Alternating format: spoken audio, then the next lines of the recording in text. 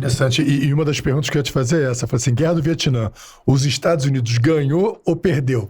A Guerra do Vietnã, os Estados Unidos perdeu a Guerra do Vietnã. Só que aí, quando você insere a Guerra do Vietnã no contexto da Guerra Fria, que foi uma confrontação de mais longo prazo, os Estados Unidos vai vencer essa confrontação com a União Soviética, né? Mas o conflito no Sudeste Asiático, os Estados Unidos perdem. E é interessante, é muito interessante isso, porque os Estados Unidos ele perde a Guerra do Vietnã, assim como vai acontecer no Afeganistão décadas depois. Ele vai perder a guerra sem perder batalhas. Os Estados Unidos ele não perde nenhuma grande batalha em 12 anos de intervenção no Vietnã. Então, tem um episódio muito interessante, eu cito de forma recorrente. Em 1975, um coronel do Exército dos Estados Unidos, chamado Henry Sommer Jr., ele, numa interlocução com um oficial norte-vietnamita, ele fala assim: vocês nunca nos venceram no campo de batalha. Para surpresa dele, esse oficial norte-vietnamita diz o seguinte: pode até ser, mas isso é irrelevante.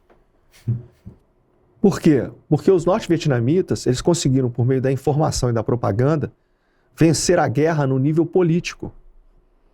Embora eles tivessem lutado de forma magistral no nível tático, no nível operacional, existe uma ideia, uma visão muito caricata da Guerra do Vietnã, da armadilha do bambu, dos túneis.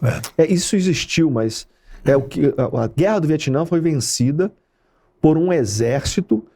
Quando termina a Guerra do Vietnã, o exército guerrilheiro Vietcong era um termo pejorativo, com o qual os norte-americanos e os sul-vietnamitas se referiam à guerrilha, a Frente de Libertação Nacional Sul-Vietnamita.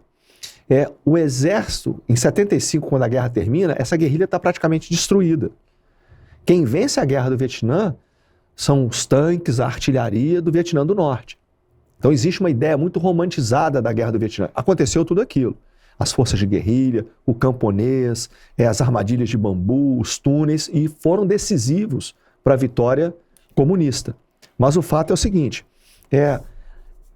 essa visão caricata, romantizada, ela não traduz 100% a realidade. Mas o fato é que os Estados Unidos, ele não perde nenhuma grande batalha no Vietnã. Não perde. Mas no final das contas ele perde a guerra. A mesma coisa acontece no Afeganistão. Ele passa 20 anos no Afeganistão e ele não perde nenhuma batalha no Afeganistão, mas ele perde a guerra. No Iraque? No Iraque ele estava vencendo a guerra do Iraque. No Iraque ele invade em 2003. Aí em 2004, ele comete um erro de avaliação política e estratégico muito grande. Em 2004 o país mergulha na insurgência e na guerra civil. Mas os Estados Unidos conseguem virar o jogo no Iraque. Consegue virar o jogo, consegue derrotar a Al-Qaeda no Iraque. Assim, algo magistral, algo sensacional. Só que ele venceu a Al-Qaeda no Iraque, estava caminhando por uma estabilização do país, só que acontece um outro fenômeno no nível político. O presidente Obama vence as eleições nos Estados Unidos e o Obama ele tinha uma concepção política estratégica que os Estados Unidos estava lutando a guerra errada no Iraque. Ele achava que a prioridade era vencer no Afeganistão. Então ele encerra prematuramente a campanha do Iraque, a guerra do Iraque, quando os Estados Unidos não tinham consolidado os ganhos. E aí essa saída prematura do Iraque, ela vai permitir com que essa violência se regenerasse. Tanto é que a Al-Qaeda renasce numa versão muito pior. Estado Islâmico. Estado Islâmico. O Estado Islâmico é a fênix, é a ressurreição da Al-Qaeda no Iraque. Esse erro de avaliação que você disse foi a derrubada de Saddam Hussein, que de uma certa forma estabilizava aquela área.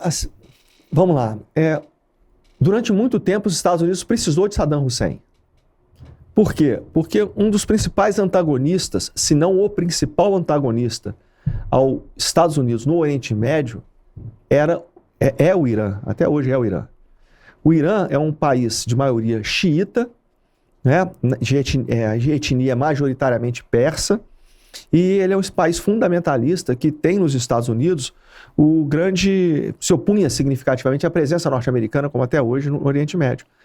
O Iraque, embora seja um país de maioria xiita também, é o tal do arco xiita, que começa lá no norte do Líbano, sul da Síria, pega o Iraque e o Irã, o regime de Saddam Hussein era o regime do Partido Baath, era um regime secular, ou seja, não era religioso, não era o termo fundamentalista é errado, tá? Vamos usar para simplificação.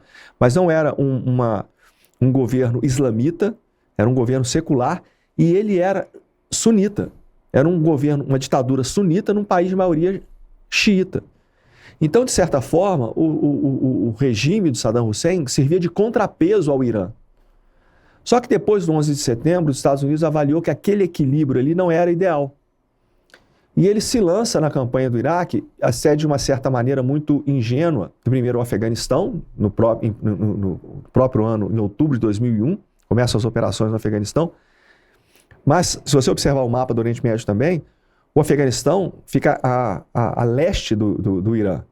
O Iraque fica a oeste. E separa fisicamente a Síria, que era um outro antagonista sério dos Estados Unidos, do Irã. Então, ele resolve, geopoliticamente falando, estrategicamente falando, redefinir esse equilíbrio de poder no Oriente Médio. Só que, quando ele retira o regime de Saddam Hussein, ele desestabiliza significativamente o Iraque. E o que ele faz de fato, quando ele derruba o Talibã, que também era um regime anti-xiita, e quando ele derruba o Saddam Hussein, que era um regime anti-xiita, ele simplesmente permite com que o Irã amplie o seu arco de influência sobre as populações xiitas. E ele não consegue manejar a instabilidade que ele cria com a remoção desses regimes. Tanto é que foram 2 conflitos longos, muito longos, extremamente onerosos. Iraque e Afeganistão custaram, contando as dívidas dos títulos emitidos pelo governo dos Estados Unidos, ela supera, se eu não me engano, 6,5 trilhões. Foram guerras muito caras, muito, muito longas. E os ganhos geopolíticos foram, sendo conservador, foram inócuos, foram nulos. Para não dizer que foi um desastre geopolítico aquilo ali. Então, você perguntou se os Estados Unidos perdeu lá atrás no Vietnã, perdeu. Assim como perdeu no Afeganistão.